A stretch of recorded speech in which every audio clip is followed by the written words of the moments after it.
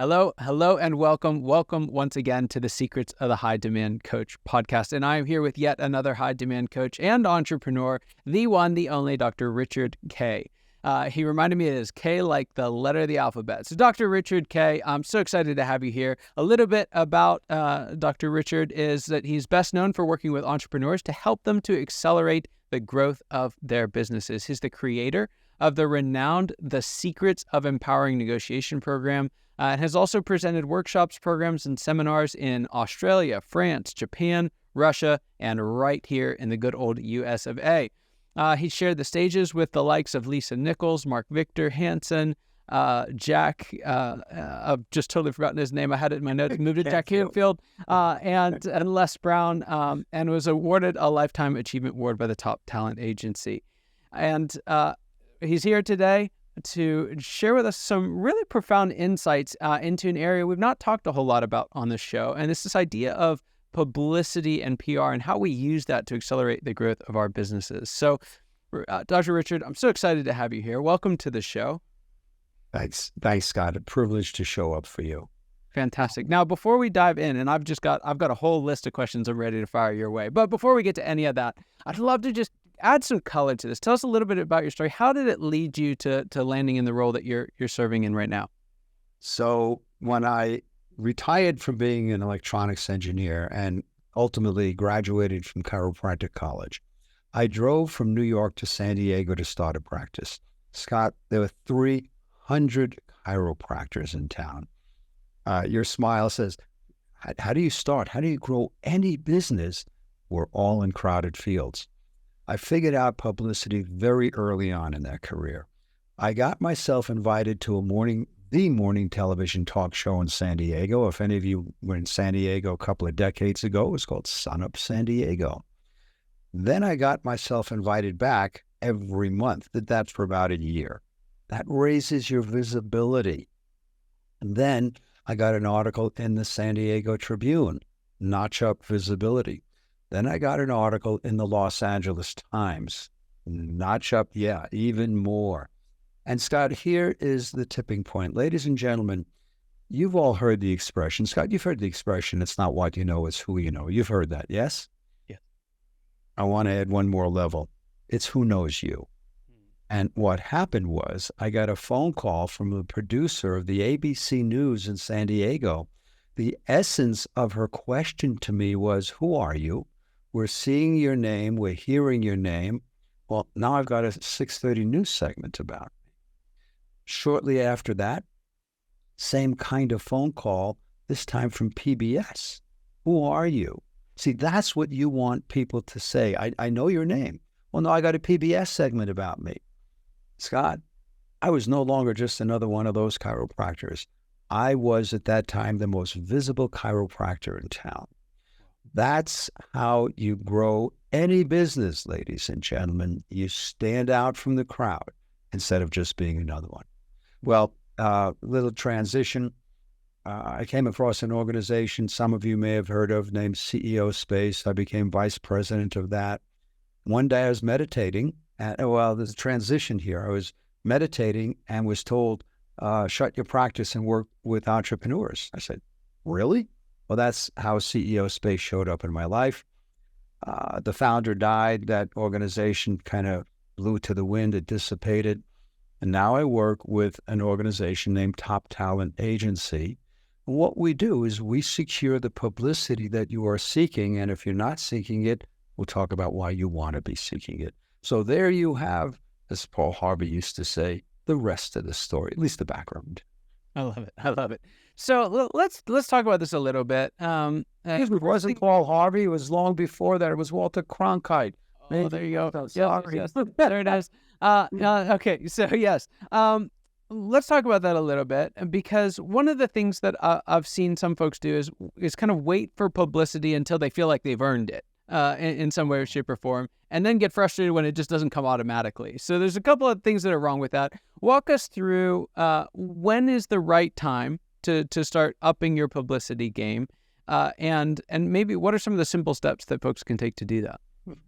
I love that question, and I say that because the answer is right now. If you wait until you deserve it or you have something credible and, you're postponing your growth. Right now is the best time actually to do anything, Scott. There's a whole conversation about time being flexible and all that stuff and not even existing. Ladies and gentlemen, if you want to grow your business, you're in business. That's worthy of news. That's worthy of publicity. Mm. You may have these self-limiting beliefs, and then we're going to make a distinction between PR and publicity, by the way. You may have these self-limiting beliefs that, why does anyone want to know about me? Well, then go get a job.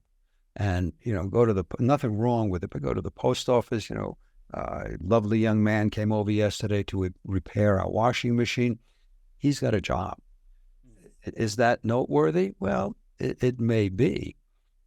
The thing is, people must know who you are. Otherwise, you're going to complain probably that my business isn't growing.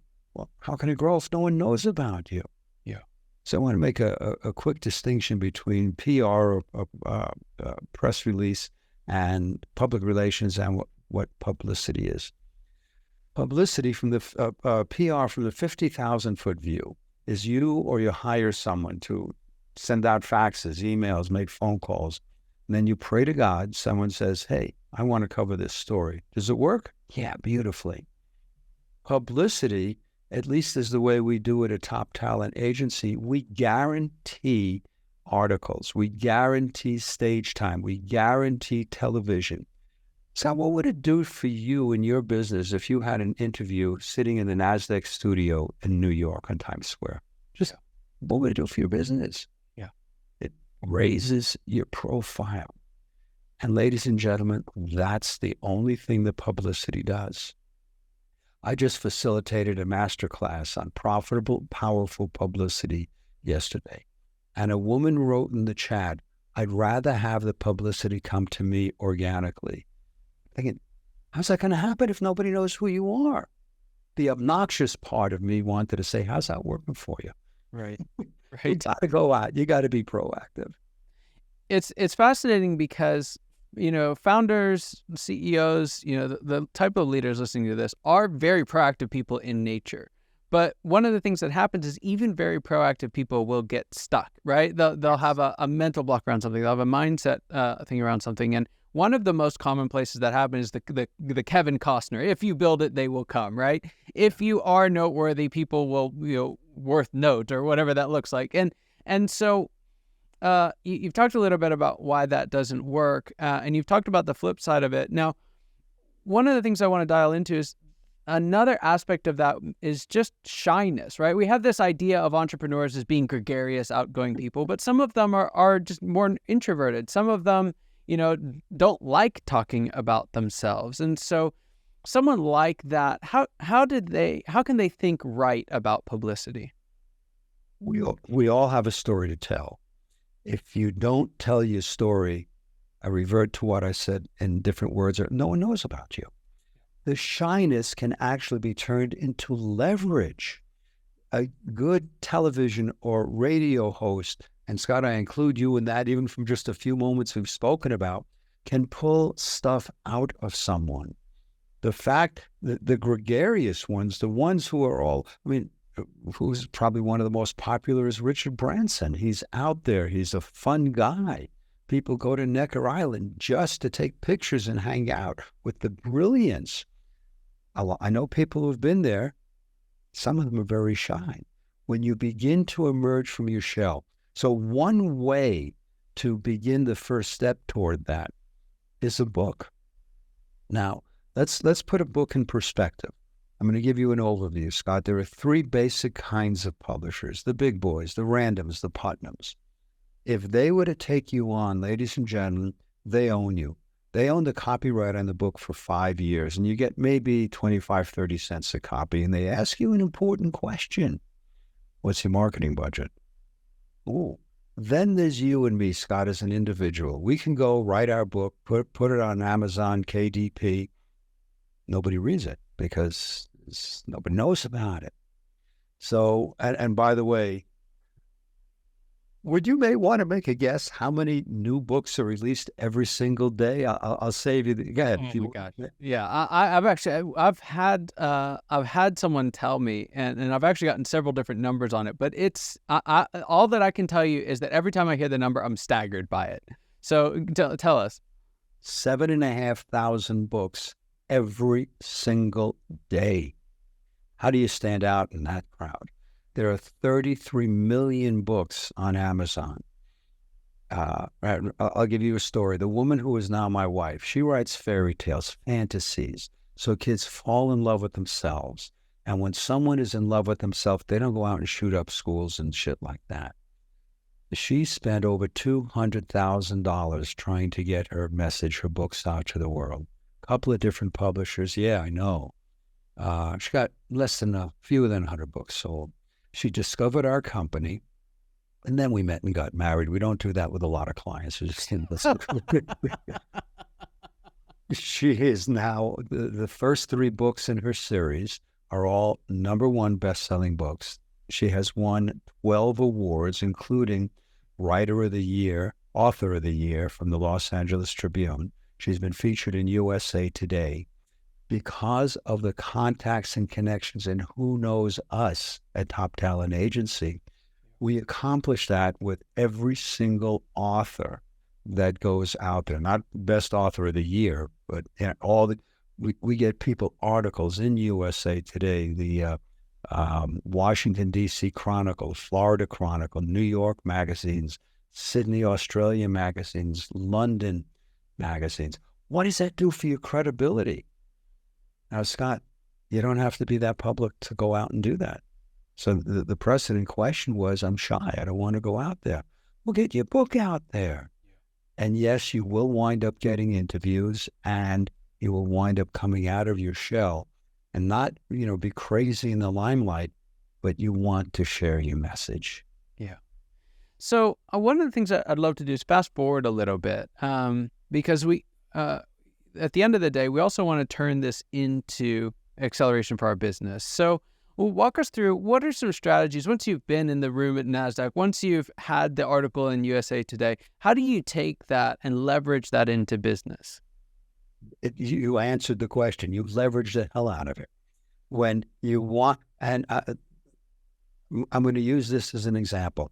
Ladies and gentlemen, Scott and I had a conversation before this show began. I met Scott on a place seeking guests to be on this program.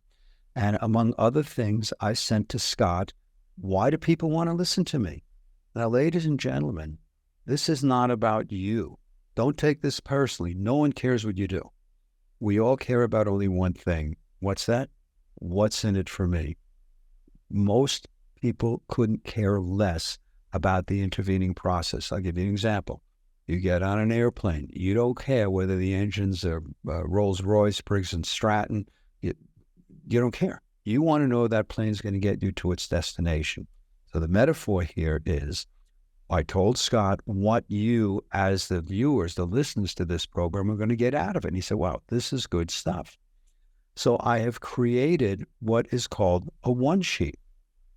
And by the way, I'm going to give you a link to this as an example, as a template, so that, ladies and gentlemen, you can just use it. I'm the metaphor, top 10 reasons why people listen to Dr. Richard Kaye.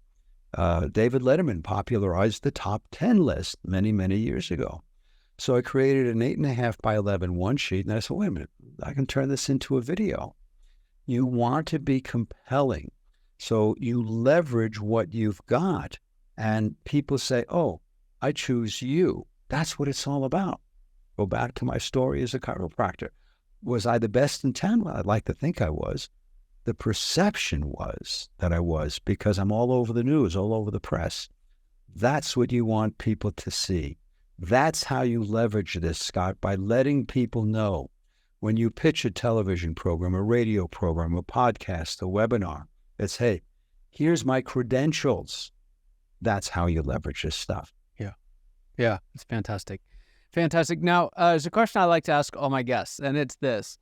What is the biggest secret that you wish wasn't a secret at all? What's that one thing that you wish everybody watching or listening today knew? It's funny because that's what I just mentioned, recognizing that it's not about you. We can all talk. We're all entrepreneurs. Ladies and gentlemen, you can talk for 4 hours without taking a breath about what it is that you do. When you listen to someone like that, it's like, oh, shoot. Remember that when you're doing the speaking. Tell people what they're going to get out of working with you. When I talk to people about the work we do in publishing, I don't tell them how we ghostwrite, how we proof, how we edit, how we lay it out. You don't care. You want to know, am I going to have a best-selling book? Am I going to be able to get on stages? So when you speak through, you speak to the audience or the listener. And by the way, this is in private also, even in a private conversation. Tell them what they're going to get out of it. That's the secret, is most people will talk about themselves. Yeah, it's so good, and it's so interesting how easy it is to slip back into it, because we've given so much work to that process. You know, you've done it other ways and it hasn't worked, and we want so badly for them to know why all those things matter. But it's just like the volume of content that we're shoving on people, when you're right, it's not narcissism, it's just reality, right? We just want to know, is this going to move me toward my goal? Yes or no? Scott, you are absolutely right. That's all we want to know. So what's next for you? Where are you going in your adventure in working with entrepreneurs? Well, you beat me to it, because that's my next question. So that's exactly where we want to go. And I'd love to hear from you. What does that next stage look like for you? So as you're looking at this, not as a strategist for someone else, but a strategist for yourself, what's the next stage of growth look like for you as a leader? Getting more publicity. Why?